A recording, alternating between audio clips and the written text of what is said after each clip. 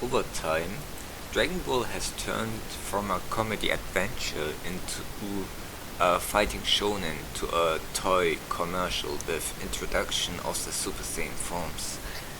Dragon Ball fans became overly obsessed with these new power-ups since the first Super Saiyan form.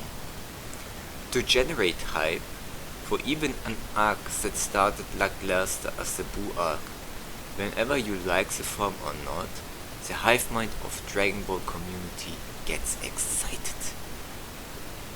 So, people outside the hive, such as critical thinkers, naturally question the approach of new forms, such as simple recolor of Super Saiyan. There is just one exception to the rule. Back when the Super Saiyan form was still a myth, Toei Animation caught wind of Toriyama's idea of the concept of what the Super Saiyan form was going to be like. While fans waited curiously, they tried to cash in quickly with Dragon Ball Z Movie 4, known to many simply as Lord Slug. The original title, however, was Super Saiyan Son Goku, supposed to showcase Super Saiyan before the manga and anime even revealed that form. So they created their own version of Super Saiyan. Many outside of Japan obviously witnessed it after the real Super Saiyan form, though this seemed like a pointless tease because there was no Super Saiyan. And after the real deal came out, it was demoted to Fourth Super Saiyan or Pseudo Super Saiyan or Super Saiyan Gigi or whatever.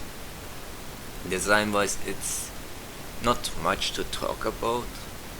It doesn't look like a transformation that changed the visual of the character.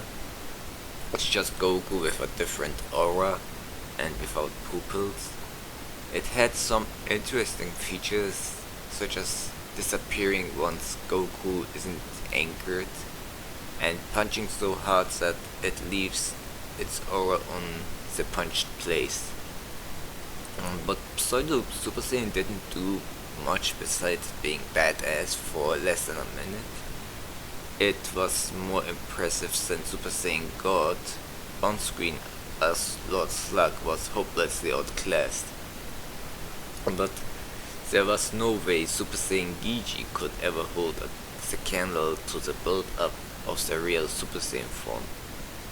Both forms had the same build-up, but the payoff in the Frieza saga was executed better. We didn't know Slug as well as Frieza, nor did Goku. The anchor needed to reach the form are different as day and night. In his pseudo form, Goku was completely mindless in his anchored stage.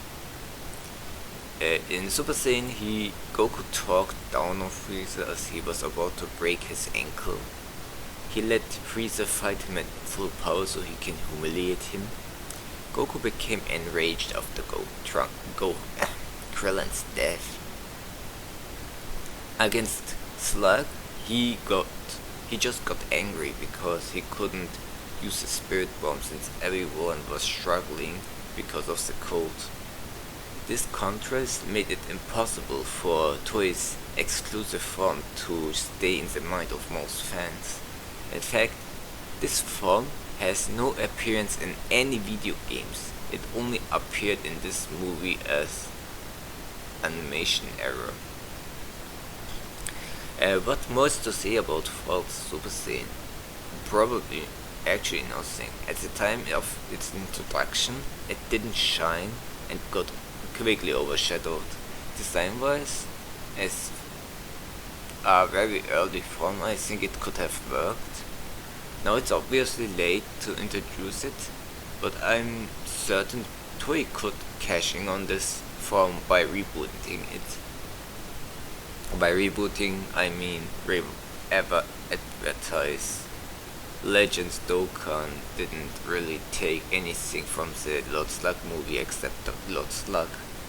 Piccolo powered Kaioken, Goku, or Super Saiyan 4 Super Saiyan could be neat additions, similar to Super Saiyan Spirit Bomb Goku from DBC movie 7.